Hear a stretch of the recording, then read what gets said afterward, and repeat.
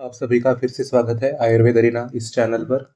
आज हम शालाक्य तंत्र का फर्स्ट चैप्टर जो कि है शरीर निदान पंचक ऑफ नेत्र रोग ये देखने वाले हैं। उसमें भी हम पार्ट बी देखेंगे। पार्ट बी का फर्स्ट पार्ट हम देखने वाले हैं जो कि है नेत्रा रचना शरीर। ठीक है, जो कि हम आयुर्वेद पार्ट उसका आज कवर करेंगे इस वीडियो में। तो चलिए देखते हैं। सबसे पहले हम नेत्र शरीर में देखते हैं नेत्र की डेफिनेशन। ठीक है, तो नेत्र क्या है ये हम आज देखते हैं। नेत्र क्या है, तो नेत्र है चक्षुरेंद्रिय। चक्षुरेंद्रिय को ही चक्षु का जो इंद्रिय है, ठीक है, जो अधिष्ठान है उसको हम नेत्र कहते हैं।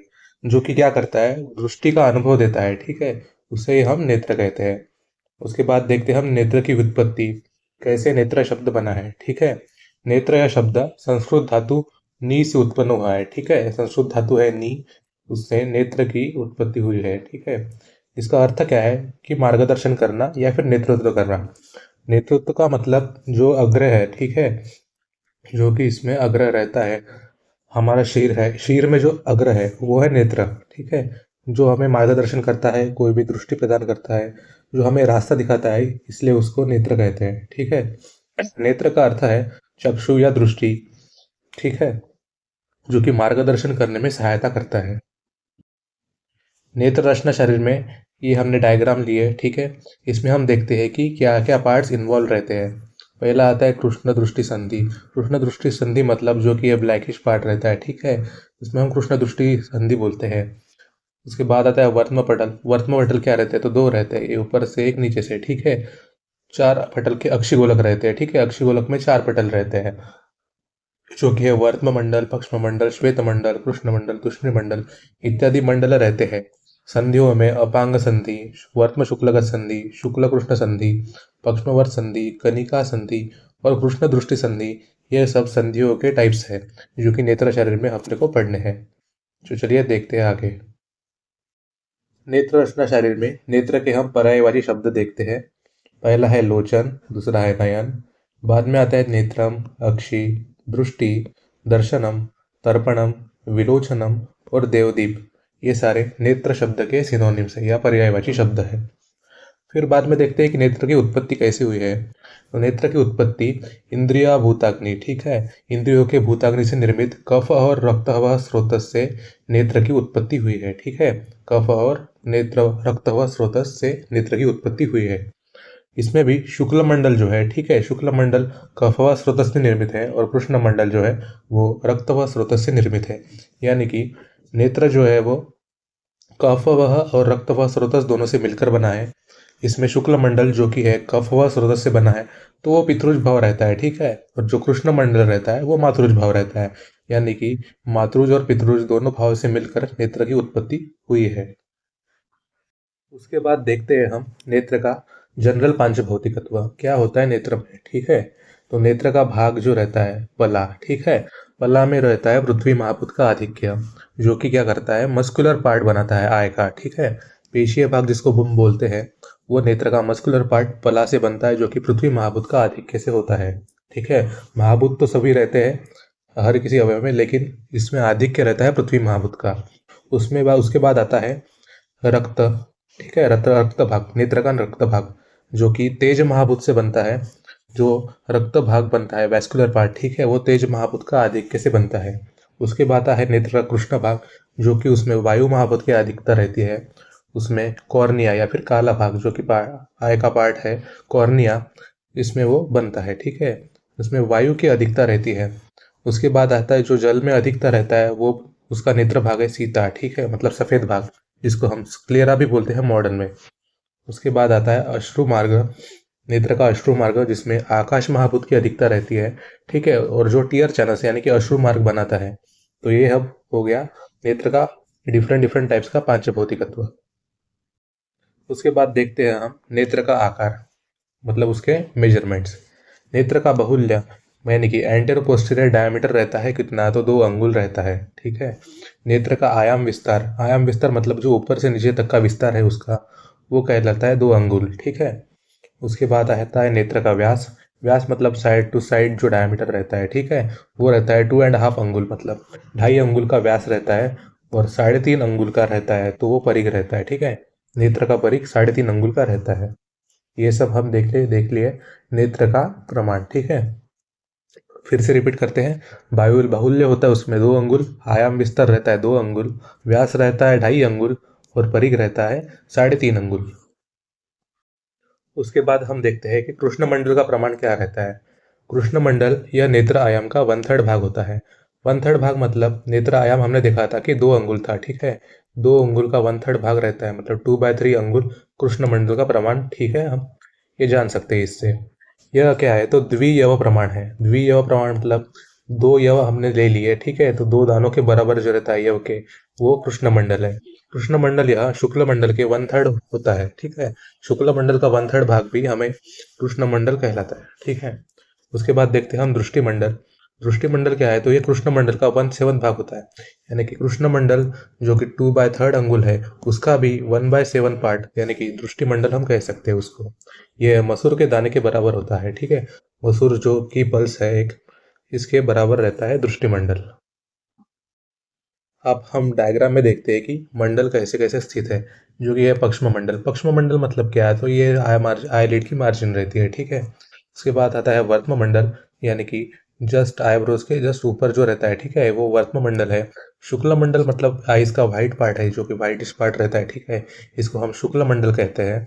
कृष्ण मंडल मतलब आइरिस का जो पार्ट रहता है, ठीक है, या फिर प्यूपिल का जो बोल सकते हैं, उसको हम कृष्ण मंडल बोल सकते हैं। कृष्ण मंडल दिखता तो काला है, लेकिन ये एक्चुअली ट्रांसपेरेंट रहता है, ठीक है। और दृष्टि मंडल मतलब जो आंखों के सबसे अंदर वाला भाग रहता है, उसको हम दृष्टि मंडल कहते हैं। तो ये सब हो गए मंडल। पक्ष्म मंडल, वर्त्म मंडल, सूक्ष्म मंडल, कृष्ण मंडल और दृष्टि मंडल। उसके बाद हम देखते हैं पटल प्रमाण। नेत्रों के पटल के प्रमाण क्या आता है, ठीक है। पटल की मोटाई यानी कि थिकनेस उसकी क्या रहती है, तो दृष्टि प्रमाण के 1/5 होती है, ठीक है। दृष्टि प्रमाण के 1/5 होती है किसकी, तो पटल की थिकनेस। उसके बाद दो नेत्रों के बीच की दूरी क्या रहती है, तो वो 4 अंगुल रहती है। 4 अंगुल ही दोनों नेत्रों के बीच का डिस्टेंस है, ठीक है। अंगुल अंगुल यह शब्द, तो ये मिडल ऑफ मिडल फैलेक्स मतलब जो मध्यमा उंगली रहती है, ठीक है, उसमें भी उसका मिडल पार्ट जो रहता है उसको 1 अंगुल कहते हैं हम, ठीक है। तो ये दोनों नेत्रों के बीच की दूरी जो रहती है वो 4 अंगुल की रहती है। उसके बाद देखते हैं हम नेत्र की आकृति। नेत्र की आकृति कैसी है, तो ये है सुवृत्तम गोलाकार, यानी कि सुवृत्तम गोल मतलब जो अच्छी तरह से गोल है, ठीक है। गोल सनाकार, यानी कि गोल सन की आकृति के समान या फिर अंगूर के समान जो रहते हैं वो नेत्र की आकृति रहती है। फिर हम देखते हैं नेत्र रचना शरीर में नेत्र के सिरा, स्नायु, पेशी और धमनी के बारे में। नेत्र में जो सिरा रहती है वो रहती है 8 सिरा है। यहाँ पे थोड़ी प्रिंटिंग मिस्टेक है, यहाँ पे अष्ट रहना चाहिए था। नेत्र में सिरों की संख्या 8 रहती है। स्नायु, ठीक है, तो नेत्र में स्नायु जो रहते हैं वो 2 स्नायु रहते हैं। उनती वर्त्म पटलानी नेत्राश्रय, ठीक है, तो ये 2 स्नायु रहते हैं नेत्र में। पेशी रहती है 2, ठीक है। पेशी भी इसमें 2 रहती है नेत्र में। पेशी द्वे नेत्रयो, ठीक है, ठीक है, यहाँ पर द्वे होना चाहिए, पेशी द्वे नेत्रयो। पेशी पेशी भी 2 पेशियां रहती है नेत्र में। और धमनी जो रहती है तो द्वे चक्षुष्ण, 2 चक्षुष्ण धमनियों में, ठीक है, आंखों में वहन करती है। ये भी धमनी भी 2 रहती है, ठीक है, आंखों में। उसके बाद देखते हैं हम पार्ट्स ऑफ द आइज, यानी कि नेत्र के भाग, ठीक है।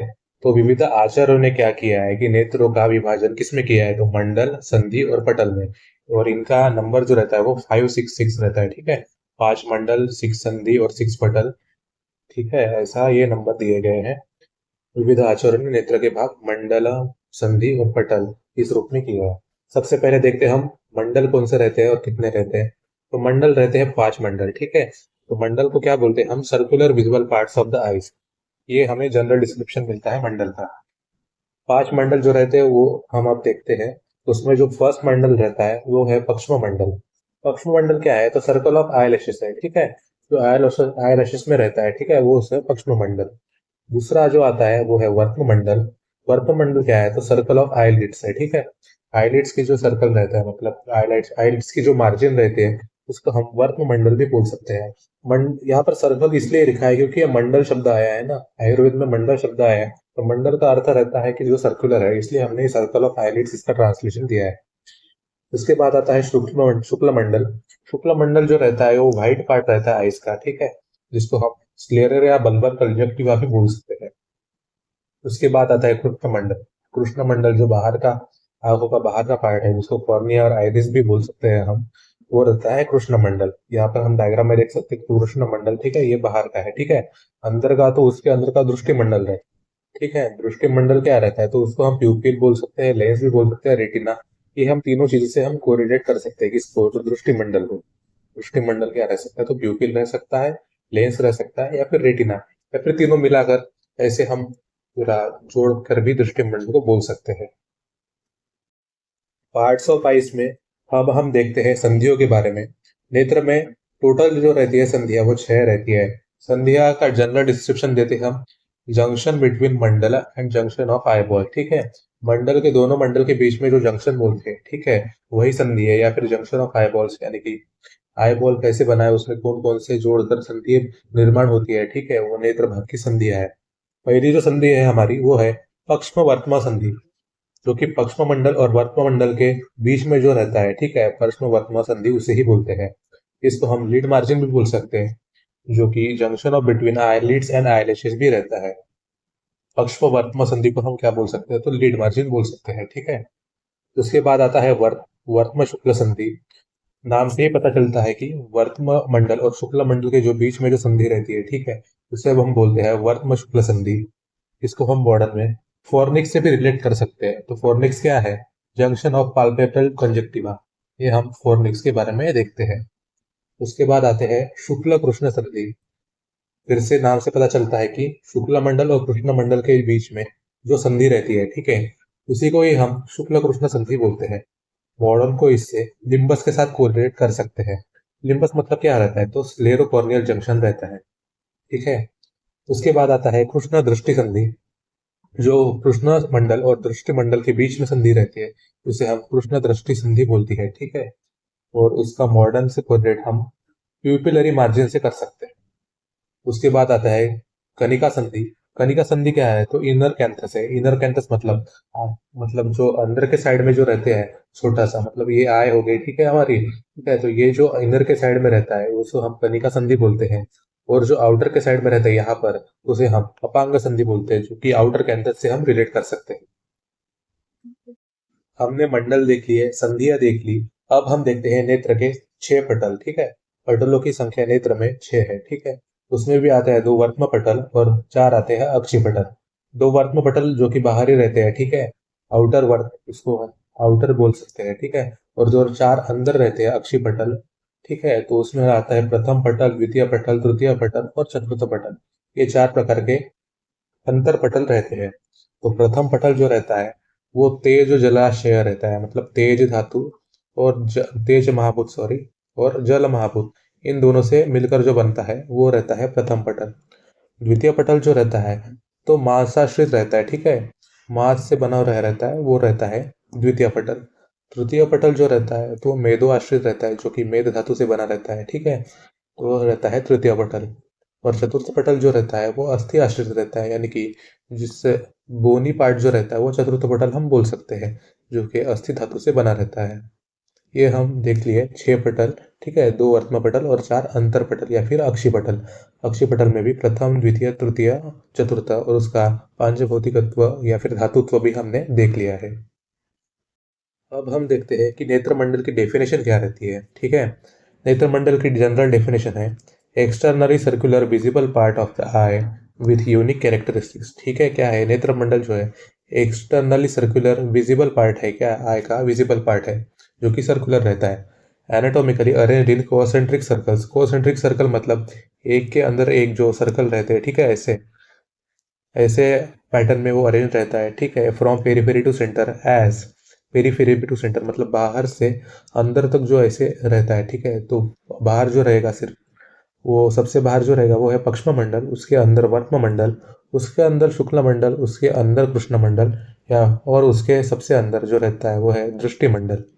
ऐसा ही तो हमने डायग्राम में देखा था, ठीक है। सबसे अंदर क्या तो दृष्टि मंडल रहता था, और उसके साइड में जो रहता था वो कृष्ण मंडल। यहाँ पे जो था, ठीक है, ये व्हाइट वाला पार्ट, ये है शुक्ल मंडल। और वर्त्म मंडल मतलब आईलिड्स और आई मार्जिन हम बोल सकते हैं। पक्ष्म मंडल मतलब, पक्ष मतलब पलकिया जो रहती है आई की, वो है। सबसे पहले देखते हैं हम पक्ष्म की डेफिनेशन। पक्ष्म क्या है, तो ये आईलैशेस है। आईलैशेस क्या, उसको हम पक्ष्म बोल सकते हैं।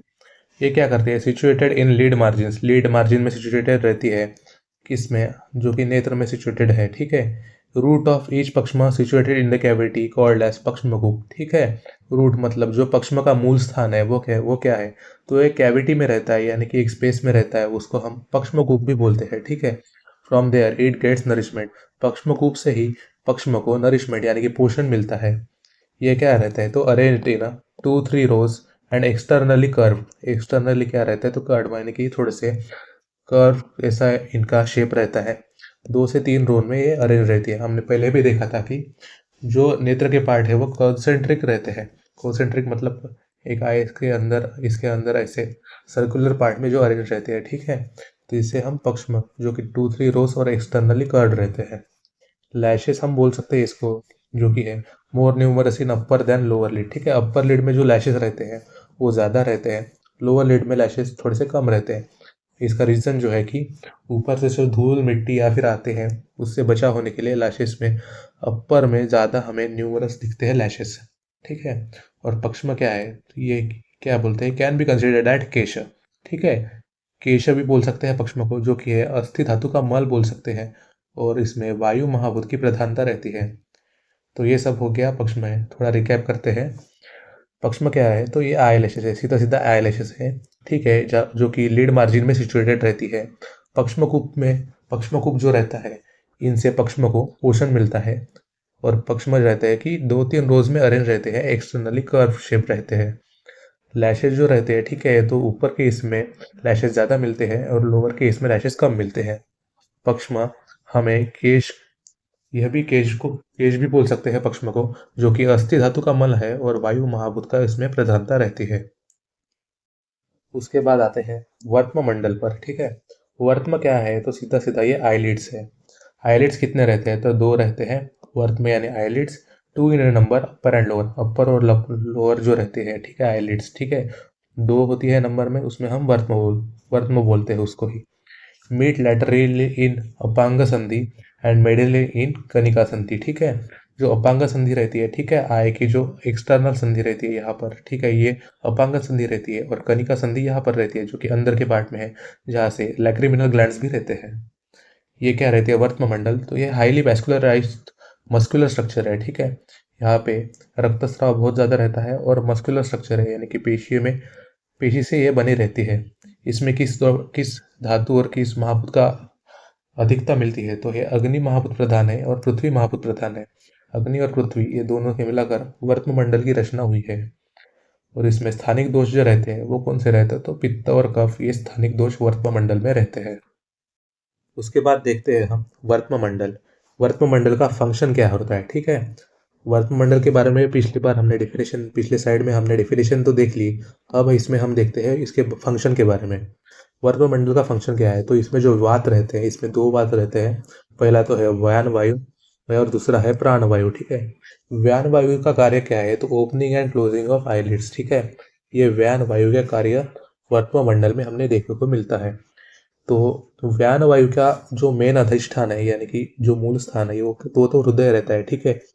तो फिर हमें हृदय में जब भी कोई फंक्शन या फिर डिस्पेयर हो जाता है, ठीक है, तो वर्त्म मंडल में भी उसकी विकृति दिखाई देती है। जैसे कि सर्वांग वात में वर्त्म मंडल की विकृति देखने को मिलती है।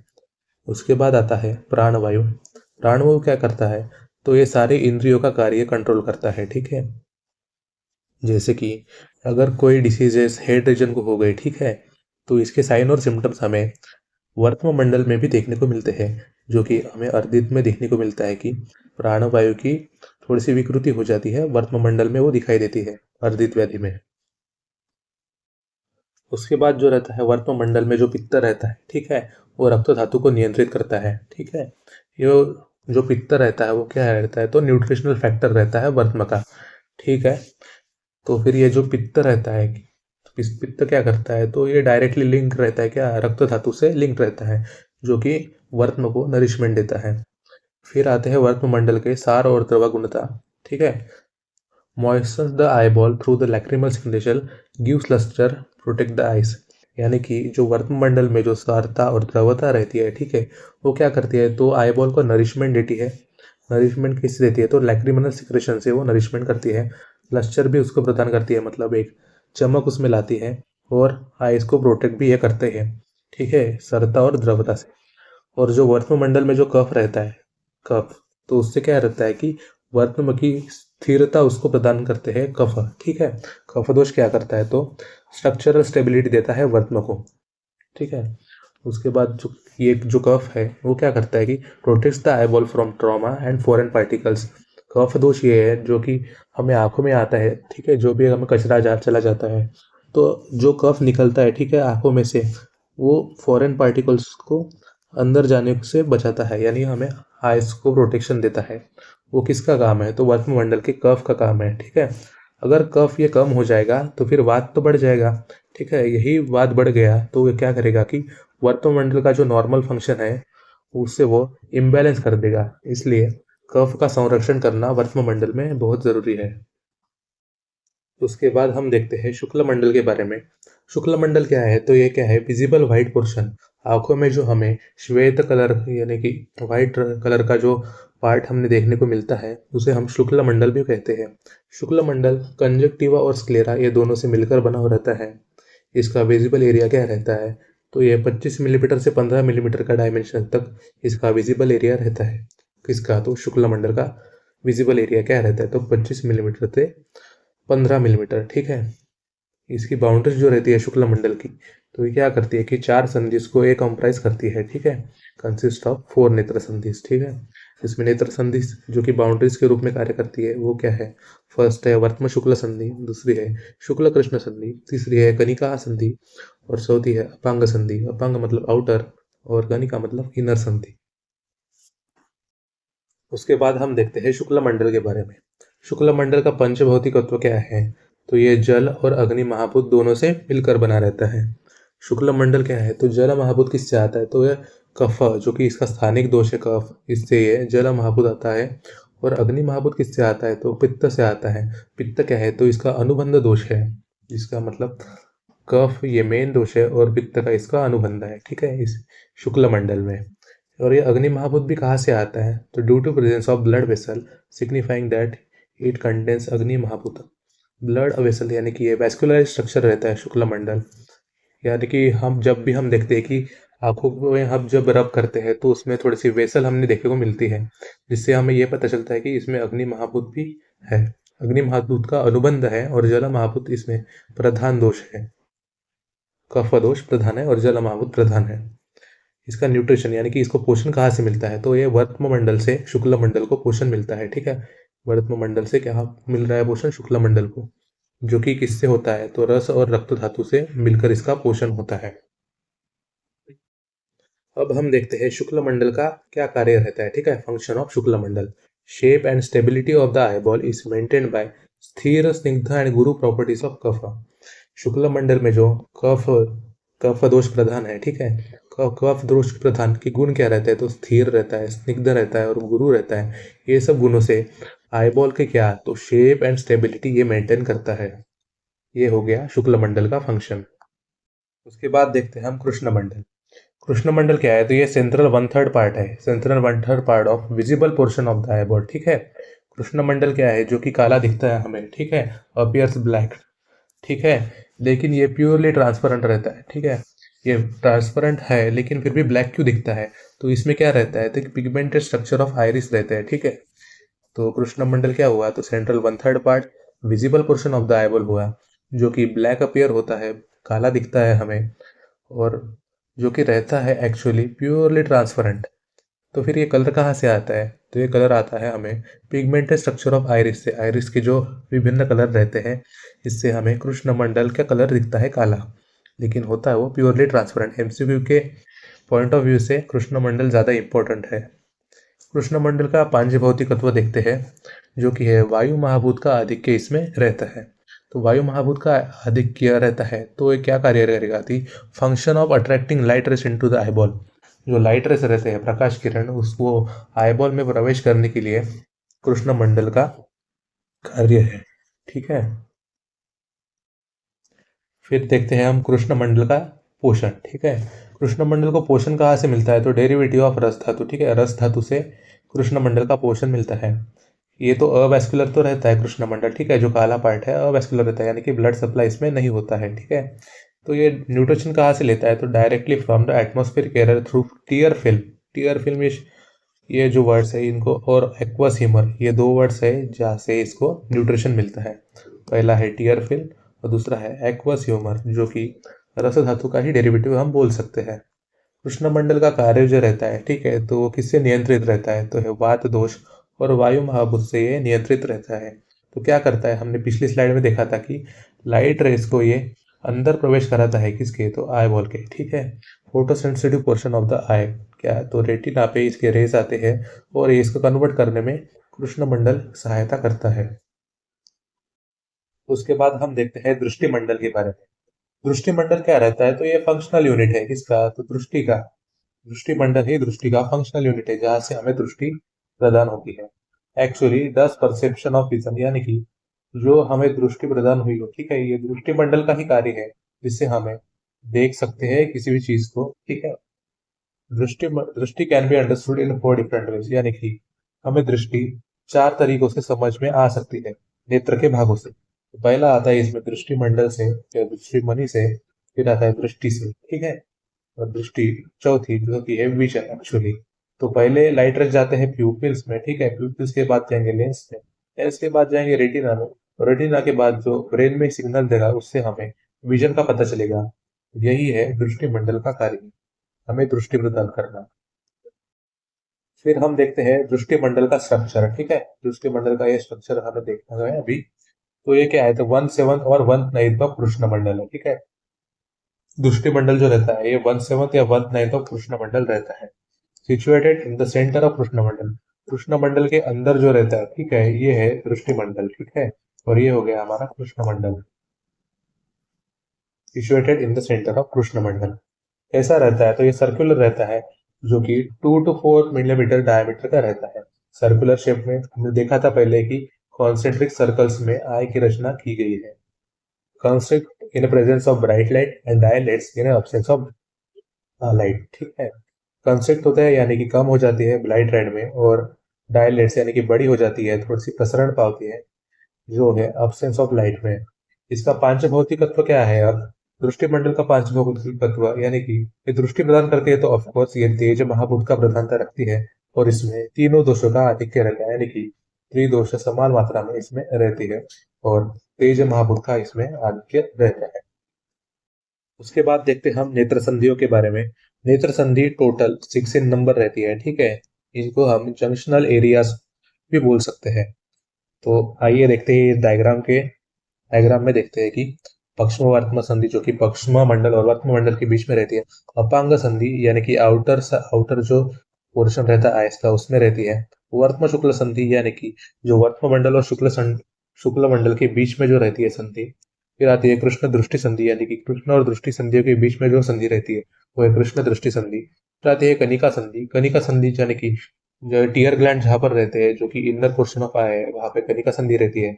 उसके बाद आता है शुक्ल कृष्ण संधि, यानी कि व्हाइट पोर्शन और ब्लैक पोर्शन के बीच में जो संधि रहती है, ठीक है, यहाँ पर वो है शुक्ल कृष्ण संधि। 6 इन नंबर रहती है। 4 प्लेस बिटवीन द मंडल्स, चार जो रहती है वो मंडलों के बीच में स्थित रहती है, और दो जो रहती है वो पेरिफेरी यानी कि अपांग संधि और कनिका संधि साइड में प्रेजेंट रहती है। यहाँ पर भी वही बताया गया है कि पश्चिम वर्त्मगत संधि पश्चिम मंडल और वर्त्मगत मंडल के बीच में रहती है, जो कि हम लीड मार्जिन भी इसको बोल सकते हैं। दूसरा जो आता है वर्त्म शुक्लगत संधि, जो कि वर्त्म मंडल और शुक्ल मंडल के बीच में रहती है, ठीक है, considered as the site where the palpebral and bulbar conjunctiva meet fornix, ठीक है। पाल्पेब्रल और बल्बर कंजक्टिवा जो रहते हैं, ठीक है, अगर वो फॉर्निक्स से जहां पर मिलते हैं उसको हम वर्त्म शुक्लगत संधि भी बोलते हैं। तीसरी संधि जो आती है वो है शुक्ल कृष्णगत संधि, यानी कि व्हाइट पोर्शन और ब्लैक पोर्शन, ठीक है, इसमें दोनों के बीच में जो संधि रहती है, ठीक है, उसको हम शुक्ल कृष्णगत संधि भी बोल सकते हैं। उसको मॉडर्न में हमें लिम्बस के रूप में कोरिलेट कर सकते हैं। उसके बाद आता है कृष्ण दृष्टिगत संधि, जो कि कृष्ण मंडल और दृष्टि मंडल के बीच में संधि जो रहती है उसको हम कृष्ण दृष्टिगत संधि भी बोल सकते हैं। और मॉडर्न में इसको फ्री मार्जिन ऑफ आयरिस जो कि रहता है प्यूपिल में, इसे हम कोरिलेट कर सकते हैं। उसके बाद आता है जो पेरिफेरल संधि रहती है, कनिका संधि और अपांग संधि।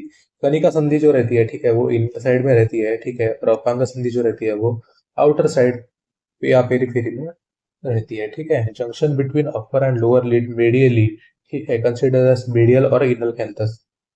मॉडर्न में हम कनिका संधि को मेडियल और इनर कैंथस भी हम बोल सकते हैं, ठीक है। Directly connected to nasal cavity, nasal cavity से ये डायरेक्टली कनेक्टेड रहती है। तो किससे? नेजो लैक्रिमल कैनल से ये कनेक्टेड रहती है। कौन सी संधि? तो कनिका संधि।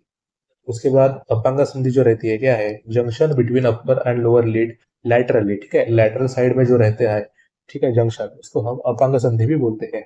उसको लैटरल या फिर आउटर कैंथस भी मॉडर्न में हम बोल सकते हैं। उसके बाद हम देखते हैं नेत्र के पटल। नेत्र के पटल, टोटल नंबर ऑफ पटल क्या रहता है? तो 6 रहते हैं नेत्र में। पटल क्या है? तो ये ट्यूनिक्स है, लेयर्स है या कोट्स है, यानी कि ये एक नेत्र के स्तर है, ठीक है, जिसको हम नेत्र पटल भी बोलते हैं। मॉडर्न में इसका एग्जैक्ट कोरिलेशन तो पॉसिबल नहीं हुआ है अब तक, फिर भी हम पटल के बारे में देखते हैं। टोटल 6 पटल रहते हैं। 2 रहते हैं आईलिड्स में, जिसको हम बाह्य पटल भी बोलते हैं, और 4 रहते हैं नेत्र के अंदर, जिसको हम अंतर पटल भी बोल सकते हैं। चलिए देखते हैं आगे। नेत्र के अंतर पटल के बारे में देखते हैं अब।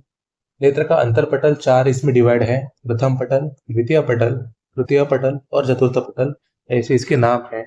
प्रथम पटल जो रहता है वो तेज जल आश्रित रहता है, जिसमें तेज और जल धातु की अधिकता रहती है, ठीक है। इसको हम मॉडर्न में कॉर्निया और एक्वस ह्यूमर भी बोल सकते हैं। तो ये हो गया प्रथम पटल, ठीक है। द्वितीय पटल क्या रहता है? तो ये पीषित आश्रित रहता है। पीषित मतलब, पीषित का अर्थ रहता है मांस, ठीक है। पीषित यानी कि मांस आश्रित, ठीक है, मांस धातु यानी कि मस्कुलर लेयर है, ठीक है, जो कि आयरिस, सिलियरी बॉडी और पोरॉइड, ये तीनों से हम मॉडर्न में हम कोरिलेट कर सकते हैं द्वितीय पटल पे। तृतीय पटल क्या रहता है? तो ये मेदो आश्रित रहता है। इसमें मेद धातु की अधिकता रहती है, ठीक है। इसको हम मॉडर्न में लेंस भी बोल सकते हैं, और कुछ कुछ तो इसे वाइट्रस ह्यूमर या फिर तृतीय पटल जो कि है वाइट्रस ह्यूमर भी बोलते हैं, ठीक है। चतुर्थ पटल क्या रहता है? तो ये अस्थि आश्रित है, ठीक है। अस्थि आश्रित जो हम रेटिना या फिर लेंस को भी बोल सकते हैं, जो कि है solid appearance and seat of timir rog. तिमिर रोग का प्रमाण, ठीक है, चतुर्पटल पटल में तिमिर रोग का प्रमाण अधिक रहता है। तिमिर यानी कि अंधत्व, ठीक है, या फिर काला काला दिखाई देना, ये चतुर्थ पटल का व्याधि है, ठीक है, जो कि रहता है अस्थि आश्रित। कुछ कुछ आचार्य और ऑथर्स के हिसाब से 4 पटल जो रहते हैं आंतरिक पटल, ये क्या है? तो लेयर ऑफ लेंसेस है, ठीक है। लेंस पे जो लेयर है इसे हम 4 पटल बोलते हैं। और उसका दूसरा पॉइंट जो आता है डल्लन के बारे में। डल्लन कौन है? तो ये सुश्रुत संहिता के टीकाकार है, जिन्होंने पटल को इनसाइड आउट काउंट किया है। यानी कि जो फर्स्ट पटल है इनके हिसाब से ये अस्थि आश्रित रहता है। दूसरा, द्वितीय पटल जो रहता है वो मेदो आश्रित रहता है। तृतीय पटल जो रहता है वो मांस आश्रित रहता है। और चतुर्थ पटल वो क्या है? तो तेज जलाश्रित। यानी कि इन्होंने पूरा ऑर्डर ही रिवर्स कर लिया है, डल्लन, ठीक है। उसके बाद देखते हैं हम नेत्र बंधन, ठीक है। नेत्र बंधन क्या है? तो ये बाइंडिंग स्ट्रक्चर है। क्या है? बाइंडिंग स्ट्रक्चर है जो नेत्र को बांध के रखता है, उसी को हम नेत्र बंधन भी बोलते हैं। नेत्र बंधन क्या है? तो स्ट्रक्चर्स है। तो इसमें क्या क्या इंक्लूड होता है? फर्स्ट आता है इसमें सीरा, द्वितीय कंडरा, तृतीय रहता है मेद, चतुर्थ रहता है इसमें कलाकाष्ठी, और पांचवा रहता है इसमें कफ, ठीक है। सीरा यानी कि ब्लड वेसल्स, कंडरा यानी कि टेंडन्स, मेद यानी कि फैट, कलकास्थी यानी कि fascia attach to bony cavity, और पांचवा इसमें आता है कि कफ दोष। ये सारे के सारे नेत्र बंधन है। यहाँ पर जो डायग्राम हमने दी है, ठीक है, डिफरेंट टाइप्स ऑफ यहाँ पे मर्म दिए हैं, लेकिन नेत्र से जो रिलेट करते हैं वो है 3 मर्म। पहला आता है अपांग मर्म, दूसरा है आवर्त मर्म, तीसरा है श्रृंगाटक मर्म, ठीक है। स्थपनी मर्म भी बोल सकते हैं, लेकिन स्थपनी जो रहता है वो दोनों आइज के बीच में रहता है, ठीक है, यहाँ जो कि बिंदी मर्म रहता है, ठीक है। ये स्थपनी जो है ये बीच में रहता है, इसे हम ज्यादा नहीं देखते। मेन जो है इसमें अपांग, आवर्त और श्रृंगाटक, यही मर्म हम ज्यादातर देखते हैं। तो इसमें जो फर्स्ट मर्म है, ठीक है, वो अपांग मर्म है। अपांग मर्म क्या है? तो ये वैकल्यकर है, ठीक है। सुश्रुत के इसमें टाइप नहीं, ये वैकल्यकर मर्म है। सीरा मर्म भी है, ठीक है, सीरा से बनता है।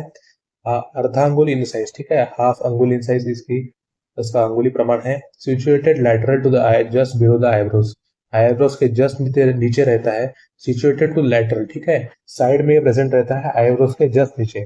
इसमें जो अगर इंजुरी हो गई, ठीक है, तो ये क्या आता है, तो अंधत्व आता है, यानी कि दिखाई ना देना या फिर काला दिखाई देना। ये अपांग मर्म का वित्तीय लक्षण है, क्या है, तो अंधत्व।